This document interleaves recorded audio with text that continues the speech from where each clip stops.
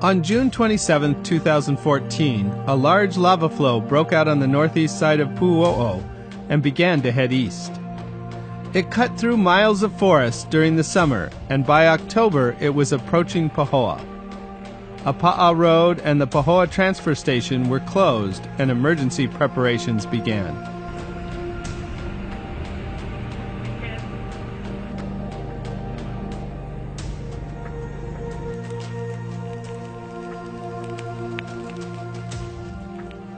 With the lava burning through fields only a few hundred yards away, Helco workers hurried to protect power poles in its path. The poles were surrounded with insulation, cement blocks, and a big pile of cinder to keep the lava from burning the wooden poles.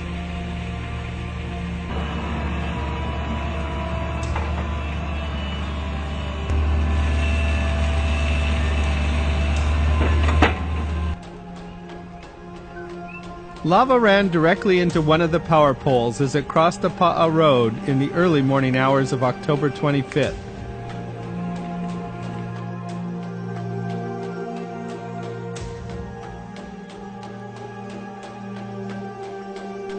The power pole was completely surrounded, but survived the intense heat of the flow.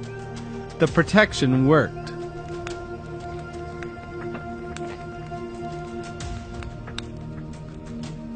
Below the road, the lava flow continued down through pasture, burning or burying fences and crumpling a metal shed along the way.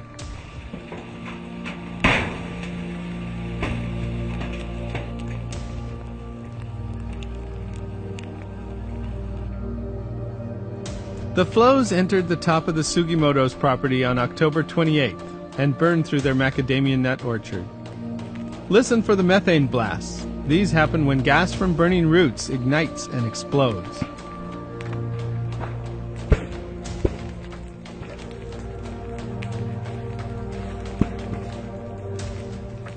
The lava burned things like this pile of old tires, but old trucks and pieces of metal got covered or embedded in the lava.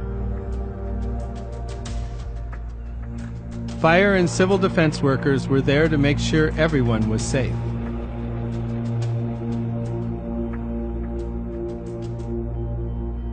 The lava flows start out only a few feet high, but over 3 days this lava inflated until it overflowed 5-foot-high dirt walls. This sped-up video shows how lava flows inflate like a balloon. The outside crust moves up as lava continues to fill the inside of the flow. Some flows can get pushed up to higher than the top of a school bus.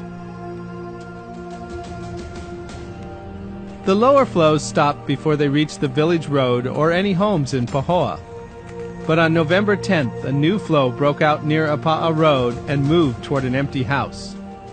One branch of the flow moved along the road and into the driveway, and another flowed right up to the edge of the garage building, but stopped just a few feet away.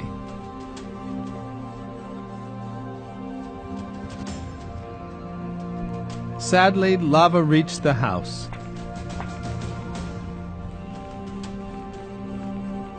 All that is left is the metal roof on top of the lava, though the garage is still standing.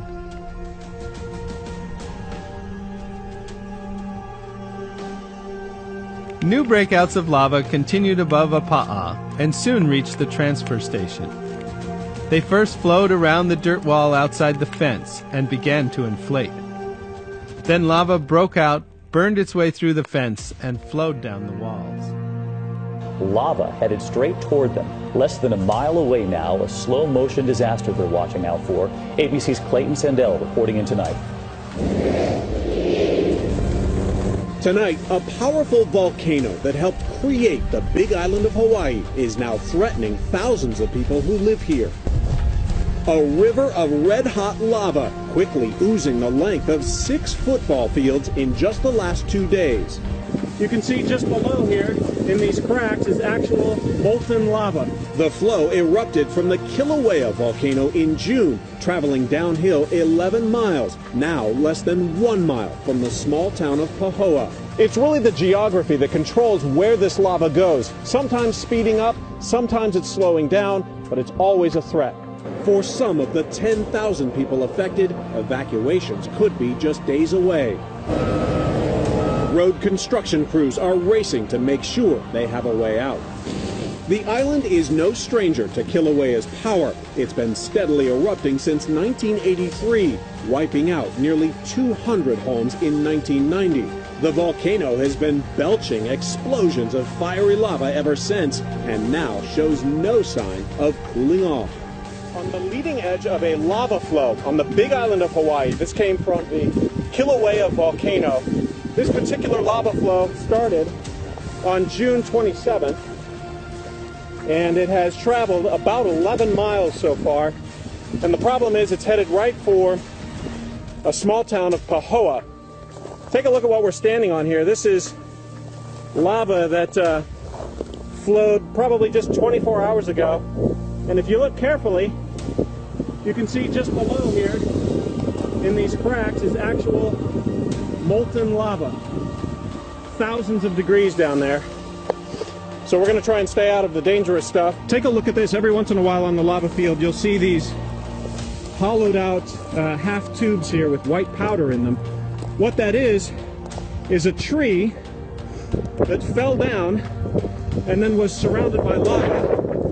The lava kind of formed a tube around the tree and turned away. So that white stuff you're seeing is actually ash from a tree that no longer exists.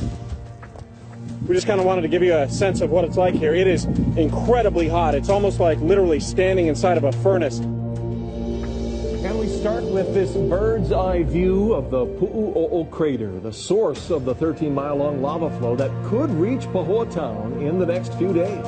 And with the danger more clear and present, tonight a huge crowd gathered in the Pahoa High cafeteria to find out exactly when their homes would be cut off. After weeks of waiting, those families may not have much time left. The lava's been picking up speed as it moves downhill through a gully. Well, since the weekend, the flow has been advancing 300 or 400 yards a day. Our Mileka Lincoln is live in Pahoa with a new estimate for arrival. Mileka?